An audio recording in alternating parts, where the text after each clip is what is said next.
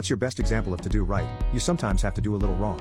When my daughter was a senior in college, she had this psycho ex-boyfriend who blackmailed her, saying he'll leak her private photos unless she sleeps with him one last time. Sadly, she gave in and went to his house, where he kept her and did everything he wanted until morning.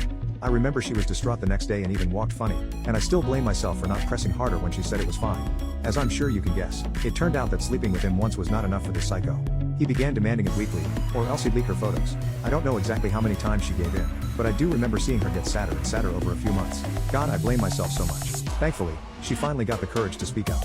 She told 3 of her older male cousins, and they promised to deal with it. A few days later, she invited the a-hole over to our place to stay the night. My wife and I were on a trip abroad at the time, so he thought the house was empty. From what my nephews told me, he walked in carrying a bag filled with knives and other disgusting stuff. They all hid upstairs waiting for him, and my daughter seduced that freak. She took him into a room where she dropped him onto the bed, and that's when my nephews came out of the ensuite. I won't go into the details because they're way too graphic. But he is now blind,